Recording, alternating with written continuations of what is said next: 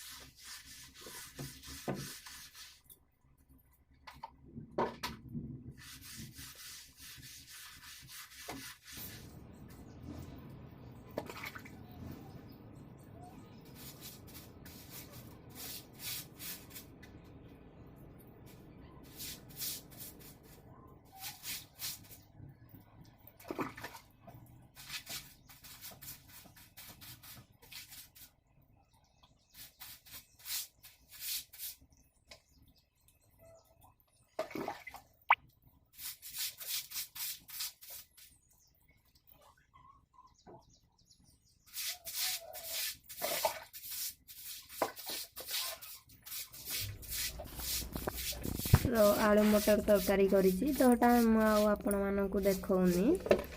एठी मु खाली इडलीटा जो करूछि सेटा को शेयर करूछि।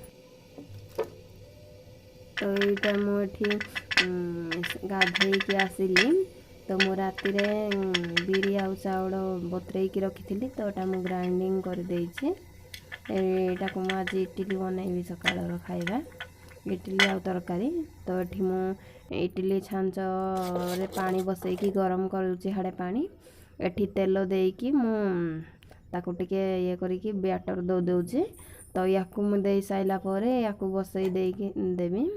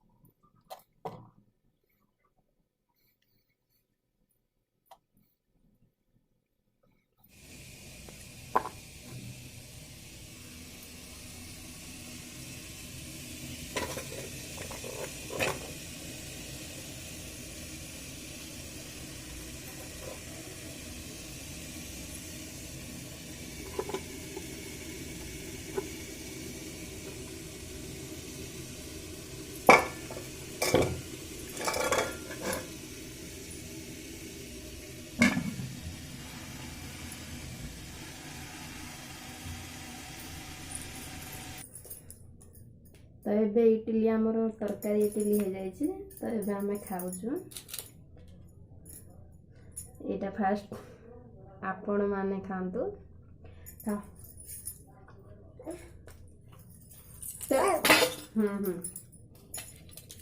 तरकारी नियो, तरकारी नियो, तरकारी मामा तरकारी ଏମିତି ଏମିତି ଏମିତି କଣ ଏଇଥିରେ ପୁଡ଼େଇକି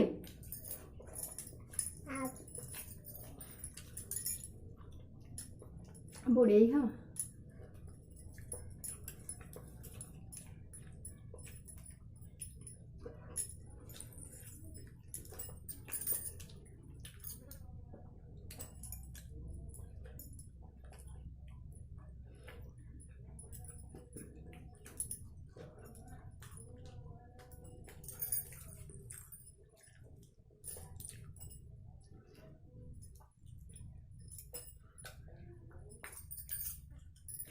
ଖାଅ ବୁଝି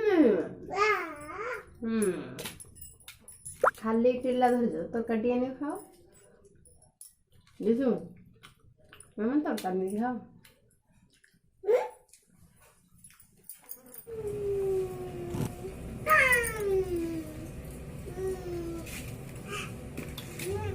ତ ଖାଇସାରିଲା ପରେ ବାରିରେ କଲରା ହେଇଥିଲା ତ ତାକୁ ମୁଁ ତୋଳିକି ଆଣିଛି। ଏଇଟା ଆପଣମାନଙ୍କୁ ଦେଖାଉଛି ଯେ କି କଲରା ହେଇଥିଲା ବୋଲି।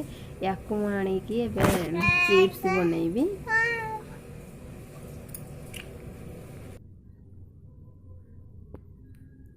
ତ ଏଠି ମୁଁ କଲରା ଚିପ୍ସ କରିବା ପାଇଁ ବେସନ ନେଇଛି।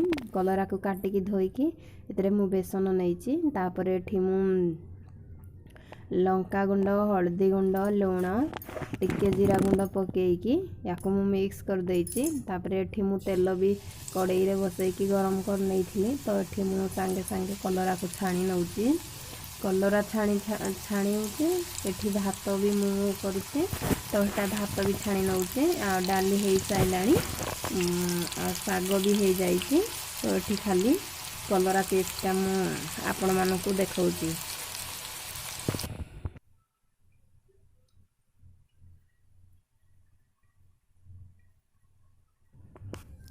ସବୁଦିନ ତ ସେଇ ସବୁ ଭାତ ଡାଲି ଭଜା ହେଉଛି। ତ ସେସବୁ ଆପଣମାନଙ୍କୁ ଆଜି ମୁଁ ସେୟାର କରୁନି।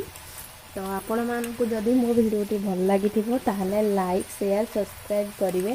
ଆଉ ଆପଣମାନେ ଯଦି କିଏ ନୂଆ ଥିବେ ତାହେଲେ ଭିଡ଼ିଓଟିକୁ ଦେଖି ସାରିଲା ପରେ ଆପଣମାନଙ୍କୁ ଯଦି ଭଲ ଲାଗୁଛି ତାହେଲେ ସବସ୍କ୍ରାଇବ୍ କରିବେ। ଭିଡ଼ିଓଟିକୁ ଦେଖିଥିବାରୁ ଥ୍ୟାଙ୍କ ୟୁ। ତ ଆପଣମାନଙ୍କ ସହିତ ମୁଁ ନେକ୍ସଟ ଭିଡ଼ିଓରେ ଦେଖା ହେବି। ତ ଏବେ ଭିଡ଼ିଓଟିକୁ ଏଇଠି ଏଣ୍ଡ କରୁଛି।